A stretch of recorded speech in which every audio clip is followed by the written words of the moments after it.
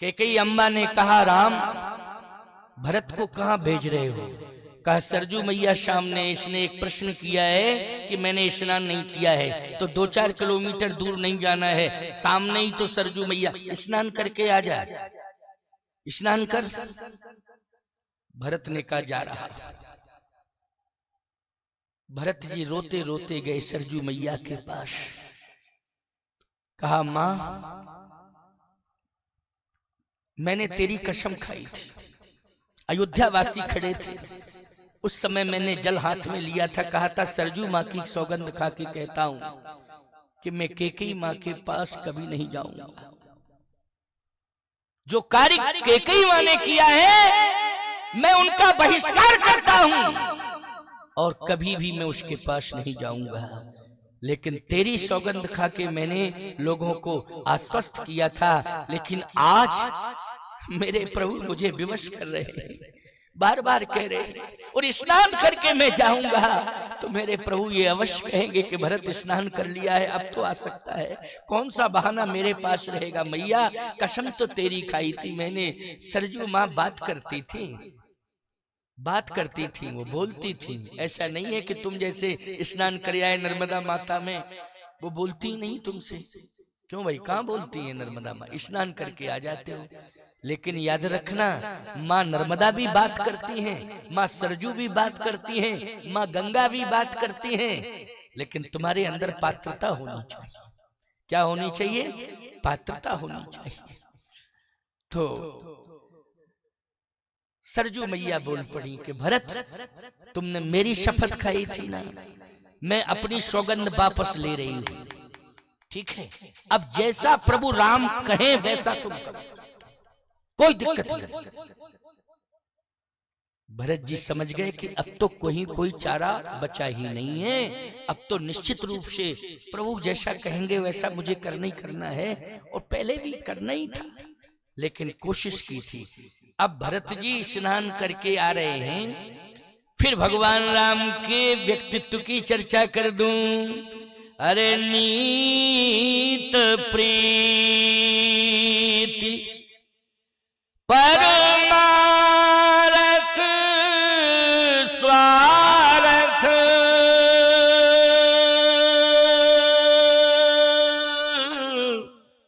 वो कौन राम समझान यथार्थ। श्री राम जी के समान कोई नहीं जानता है नीत प्रीति परमारथ स्वार्थ, कौन राम समझान यथार्थ। भगवान राम ने कहा कि अब तो एक दूसरी युक्ति का प्रयोग करना पड़ेगा और भरत आएगा।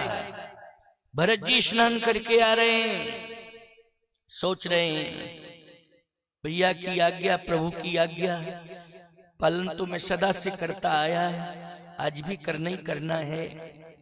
सरजू माँ ने भी कह दिया है। इधर भगवान राम ने कहा, मैया जब मैं प्रणाम करने आता था तो तुझे याद है तू क्या करती थी? पता नहीं मुझे क्या करती थी, मैं याद दिलाऊंगा।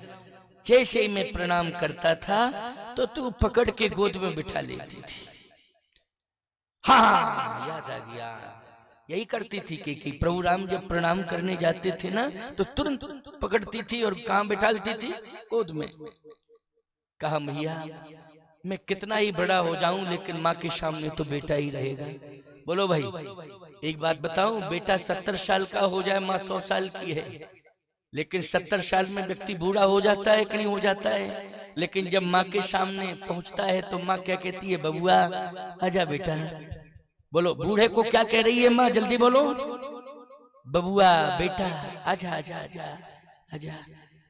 कपोलों पर हाथ फेरने लगती है, तू भूखा तो नहीं है? कुछ खा लिया तूने? मेरे पास ये रखा है, ले लड्डू पेड़ा खा ले खा ले। बोलो, 70 साल का बच्चा है वो। माँ की दृष्टि में क्या है? वो बालक है, बच्चा है। माँ के सामने कोई बड़ा नहीं हो सकता है, याद रखना। चाहे सुमेर पर्वत क्यों ना हो जाए, कितना ही ऊंचा क्यों ना हो जाए, माँ तो माँ ही होती है पहले। इसलिए भगवान राम ने कहा कि तू गोद में बिठाती थी। कैकेयी माँ ने कहा, तेरे लिए गोद हमेशा खाली, मेरी गोद को तू ही तो भरता है, नहीं तो सूनी रहती है। तू ही मेरी गोद को भरता बैठ। और जैसे ही केकई माँ ने राम की भुजाओं को पकड़ा और गोद में बिठाया, ये वात्सल्य है। बोलो है वात्सल्य कि नहीं? कहा मैया अब थोड़ा सा हाथ और रख दे सिर के ऊपर। केकई माँ ने हाथ रख दिया। अब ये केकई नहीं समझ पा रही कि ये इतनी लंबी भूमिका क्यों बनाई जा रही है। पहले भी नहीं समझ पाई थी और अब भी नहीं समझ पा रही है कि ये इतनी लंबी भूमिका क्यों बनाई जा रही है, कारण क्या है, अभी भी नहीं समझ पा रही है माँ। बस राम जी ने कहा हाथ रख दे थोड़ा सा, अभी रखते हूँ। केकई माँ ने हाथ रख दिया। किसकी गोद में बैठे हैं भगवान? बोलो भाई, केकई माँ की गोद में बैठे हैं। हाथ कौन रखे है? केकई माँ। भरत जी इतने में आ गए। बस भगवान ने धीरे से कहा मैया, बस वो दिखाई दे रहा है, आ रहा है। केकई माँ ने कहा तुम कुछ मत कहना, ये मत कहना, अब ये भी नहीं कहना अंदर आ जाए, क्योंकि एक बार कह दिया अब समझ लेगा, आएगा तो आ जाएगा, नहीं आएगा तो नहीं आएगा, कोई बात नहीं, बेटा तू है, इसलिए मैंने गोद भी दी तुझे और हाथ भी रखा तेरे सिर पर, प्रयास नहीं करना है। लेकिन मां सही बता दे तू हृदय की बात, अगर नहीं आया तो राम बेटा अगर दूर से भी मां कह देता है तो मां सारे दोषों को दूर कर देती है, माफ कर देती है। दूर से ही वो कह दे मां, क्यों भाई, क्या कह दे दूर से?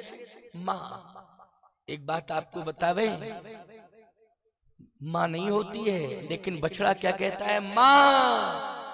तो आवाज में इतना इतना ज्यादा स्नेह होता है, आवाज में इतना ज्यादा रस होता है, इतना ज्यादा समर्पण का भाव होता है कि गाय कहीं भी हो सुन लेती है और दौड़ के आ जाती है अपने बच्चे के पास। अगर वो मां कहेगा तो मैं स्वयं दौड़ करके उसके पास पहुंच जाऊंगा। अगर वो मां कहेगा तो मैं स्वयं पहुंच जाऊंगा। अच्छा ऐसा है, तो ये तो बड़ा सरल उपाय, मां कहने में कोई दिक्कत नहीं, उसको क्या परेशानी मां कहने में। हाँ, मैं वो मां कह दे, दूर से ही कह दे, मैं तुरंत दौड़ जाऊंगा और हृदय से लगा लूंगा। और हृदय से लगाने का मतलब है क्षमा करना। भगवान राम ने कहा चलो गुंजाइश निकल आई, माँ ने एक ऐसा रास्ता निकाल दिया है बीच का कि वो माँ तो कहेगा मैं कहलवाऊंगा, और ऐसी युक्ति से मन ही मन कह रहे राम जी, ऐसी युक्ति से कहलवाऊंगा कि वो कह ही देगा माँ। इतने में भरत आ गए। भरत स्नान कर लिया? हाँ कर लिया, कर लिया प्रभु। अच्छा पूर्ण रूपेण स्नान किया? नहीं, फिर कहो स्नान करने जा रहे? नहीं नहीं नहीं, विधिवत किया स्नान। अच्छा ये बताओ मैं कहां बैठा हूं? बोलो। ये नहीं कहा भगवान ने के अंदर आओ, नहीं नहीं, ये बताओ मैं कहां बैठा हूं? भरत जी ने कहा आप गोद में बैठे, और सही बात भी है, क्यों गोद में बैठे। अब केकई भी सुन रही है, मंद मंद मुस्कुरा रही है कि देखो कितना चतुर है। पहले भी चतुरता का परिचय दिया कि स्नान नहीं किया इसलिए अंदर नहीं आ सकता हूँ। अब राम ने पूछा कि किसकी गोद में बैठा हूँ, तो कह रहा गोद में। आप कहाँ बैठा हूँ? तो कहा गोद में बैठे। भगवान राम ने सोचा कि थोड़ा सा टर्न मार दूं। भगवान ने कहा ये बताओ किसकी गोद में बैठा हूं, ये सिद्ध कर दो। मैं गोद में तो बैठा हूं, लेकिन किसकी गोद में बैठा हूं ये बता। भरत जी ने जो बात कही है याद रखना, उसको सुनना, और यह शब्द जो केकई ने सुना है, इस शब्द से केकई ने सकारात्मक अर्थ निकाल के सामने खड़ा कर दिया है। सकारात्मक अर्थ, इसलिए शब्द को नकारात्मकता की ओर नहीं ले जाना चाहिए, शब्द को सकारात्मकता की ओर ले जाना चाहिए। ये तुम्हारी बुद्धिमत्ता मानी जाएगी। अरे अच्छी से अच्छी बात को आज हम नकार सकते हैं, बोलो भाई, चाहे जितनी अच्छी बात हो, और हमारी तार्किक बुद्धि हो गई है उस सिद्ध भी कर देंगे। गलत। कोशिश ये करना चाहिए कि हम सकारात्मक धरातल पर खड़े हों और सकारात्मक सोच के साथ खड़े हों, और शब्द का अर्थ भी हम नकारात्मकता की ओर न ले जावें, सकारात्मकता की ओर ले जावें। तभी परिवर्तन होगा और तभी राम राज्य आएगा। अब देखिए अंतिम बात है, बहुत अच्छी बात है। भरत जी ने कहा कि आप बार बार मुझसे कह रहे हैं कि मैं किसकी गोद में बैठा हूं, किसकी गोद में बैठा हूं, तो मैं आज स्पष्ट कह रहा हूं कि आप अपनी माता की गोद में बैठे, आप अपनी माता की गोद में बैठे। भगवान राम ने कहा कि इसका मतलब है कि आपको मां के रूप में स्वीकार नहीं किया है भरत ने, मैया आपको नहीं किया है, स्वीकार तो किया है लेकिन राम की मां के रूप में स्वीकार किया है। किसकी मां के रूप में? राम की मां के रूप में, लेकिन अपनी मां के रूप में स्वीकार भरत ने नहीं किया। कैकेयी ने कहा राम थोड़ा सा मेरा भी चिंतन सुनोगे? हाँ, भरत का ये शब्द आज मेरी वेदना को दूर कर रहा है, और जो मेरे अंदर गिलानी भरी हुई थी उस गिलानी को भी दूर कर रहा है। ये सोच क्या है, जल्दी बोलो? ये सकारात्मक सोच है। इसलिए उत्तर कांड की कैकेयी अलग है और अयोध्या कांड की कैकेयी के विचार अलग हैं, और उत्तर कांड की कैकेयी के विचार अलग हैं। इसलिए अयोध्या कांड के जो कैकेयी के विचार हैं उसमें कैकेयी की निंदा होती है, और उत्तर कांड के जो कैकेयी के विचार हैं उसमें कैकेयी की प्रशंसा होती है। बोलो डिफरेंस आ गया कि नहीं आ गया? अंतर आ गया। कैकेयी वही है लेकिन कांड अलग अलग है, बोलो है कि नहीं? या और 14 साल का जो अंतराल हुआ उसमें परिवर्तन हुआ है। क्या हुआ है? उसमें परिवर्तन हुआ है। इसलिए परिवर्तन करने की कोशिश करना चाहिए। परिवर्तन अगर नहीं होगा, मैं पुरुषों से भी कह रहा हूं और मातृशक्ति बैठी है इस ओर भी संकेत दे रहा हूं कि आज परिवर्तन करने की परम आवश्यकता है। नहीं तो तुम्हारा घर अगर रसातल में चला गया तो ये राष्ट्र भी रसातल में चला जाएगा, राष्ट्र नहीं बचेगा। एक परिवार से व्यक्ति का निर्माण होता है, व्यक्ति से समाज का निर्माण होता है, और समाज से राष्ट्र का निर्माण होता है। इसलिए पहले अपने परिवार को बचाओ, रसातल में जाने से अपने परिवार को बचाओ। केवल हम ये बात करते हैं कि हमारा राष्ट्र रसातल में नहीं जाने पाएगा, हम राष्ट्र को बचाएंगे बचाएंगे बचाएंगे, अखंड बनाएंगे। लेकिन पहले आप जहां खड़े हो अपने घर में उसी को बचाओ। पहले बोलो भाई, उसको बचाओ। जब घर घर बच जाएगा तो राष्ट्र अपने आप बच जाएगा। इसमें किंचित मात्र भी संदेह नहीं करना चाहिए। तो आइए सुनिए कैकेयी माँ की सोच कितनी सकारात्मक है। उत्तर कांड की कैकेयी का विचार सुना रहा हूं मैं आपको, जिसमें रामराज्य आया है। कैकेयी माँ ने कहा राम, ऐसा शब्द मैं भरत के मुंह से सुन रही हूं कि आप अपनी माँ की गोद में बैठे। ये सारा संसार राम तुम्हारा हो चुका है, और ये संसार जब तुम्हारा हो चुका है राम, तो जितनी जनप्रियता इस जगत में राम तुमने ली है, तो तुमसे ज्यादा जनप्रियता इसी जगत में भरत ने ली। बोलो, राम से ज्यादा जनप्रियता किसकी है? भरत की। भरत ने ली है। और इस अयोध्या की जिस राज्य के तुम राजा बनने जा रहे हो, उस राज्य की जनता ने तो हस्ताक्षर कर दिए हैं, प्रमाणित कर दिया है कि राम से भी ज्यादा बड़ा व्यक्तित्व भरत का है। बोलो, कर दिया कि नहीं अयोध्या की जनता ने? लखन राम सिए कानन बसही,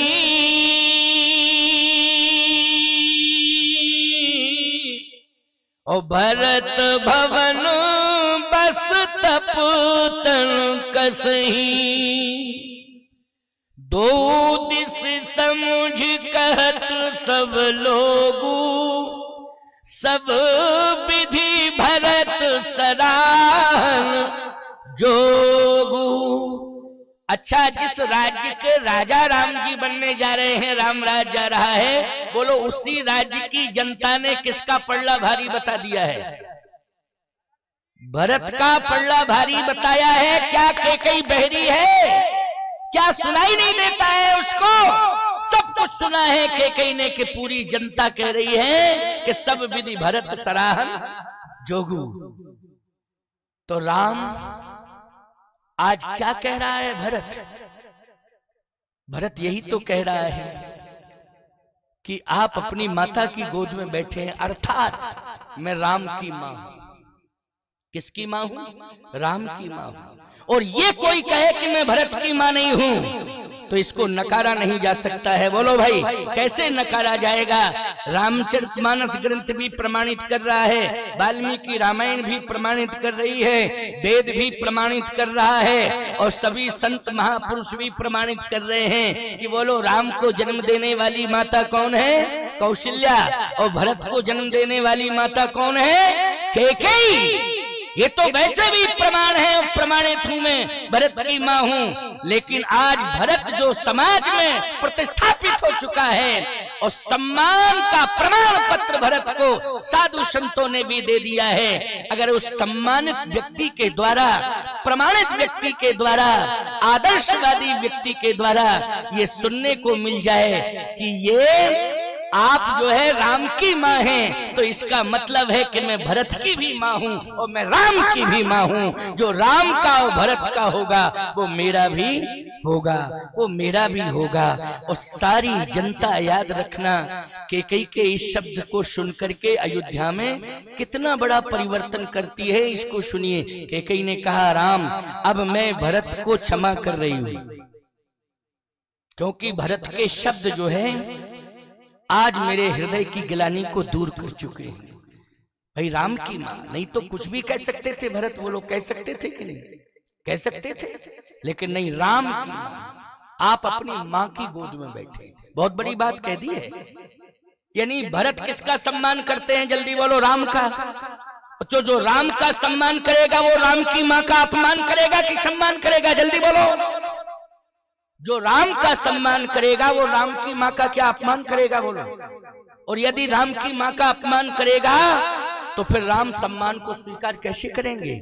इसलिए ये उत्तरकांड में परिवर्तन है। क्या है ये परिवर्तन है प्यारे, और ये कैकेयी के माध्यम से परिवर्तन हुआ है। और कैकेयी की उदारता ने आज अभूतपूर्व परिवर्तन कर दिया है। कैकेयी ने कहा, राम चलो मैं चलती हूं तुम्हारे साथ। उत्तरकांड के दोहे का प्रमाण लो आगे। ये पुष्टि है। प्रसंग बहुत बड़ा है, क्योंकि 11:04 हो चुके हैं। कथा सुनाता रहूंगा तो 1 बजे तक भी तुम सुनते रहोगे, क्योंकि वो तो रामानंद सागर जैसा सीरियल चल रहा है। इसके आगे क्या, इसके आगे अब क्या, इसके आगे क्या, तो इसके आगे यही है कि अगला इंतजार, इसके आगे यही अगला इंतजार है ना। लेकिन चलिए 5 मिनट की 7 मिनट की बात और सुन लो। कैकेयी मां ने कहा कि चलो मैं ले चलती हूँ। राम को लेके आ रही है, राम लेके नहीं आ रहे हैं, राम को लेके आ रही है। साथ में भरत है, पीछे पीछे भरत है। जैसे ही कैकेयी मां पहुंची, इस दोहे से पुष्टि मिल रही है कि राज्याभिषेक में अहम भूमिका का निर्वाह कैकेयी कर रही है। आप कहो नाम, तो नाम तो कौशल्या जी का भी नहीं है इसमें, नाम तो सुमित्रा का भी नहीं है, लेकिन तीनों का नाम है। तीनों का नाम, स्पष्ट नाम नहीं है, लेकिन भाव आ जाता है, तीनों की उपस्थिति है। बहुवचन में प्रमाण मिल जाता है। प्रमाण क्या है? उत्तरकांड का, जैसे ही कैकेयी आती है तो कहा, राम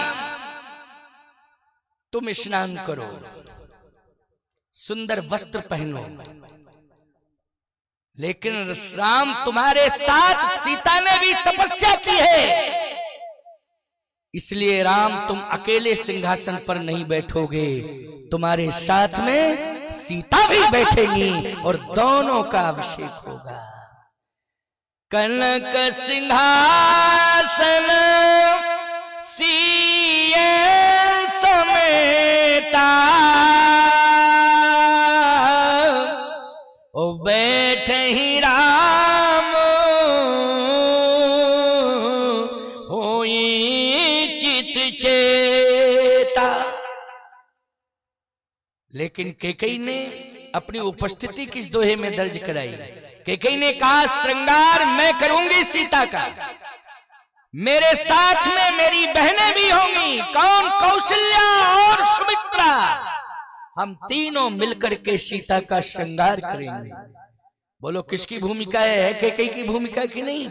सादर सासुन जान कहीं। सासुन एक वचन है, दो वचन है कि बहुवचन है? बोलो बहुवचन में कैकेयी आएगी कि नहीं आएगी? सासुन में कौशल्या जी भी आ गई हैं, कैकेयी भी आ गई है और सुमित्रा भी आ गई है। सादर सासुन जान कहीं। बोलो उपस्थिति दर्ज हो गई कि नहीं है? राम राज्य आने के पहले याद रखना कितनी सुंदर भूमिका।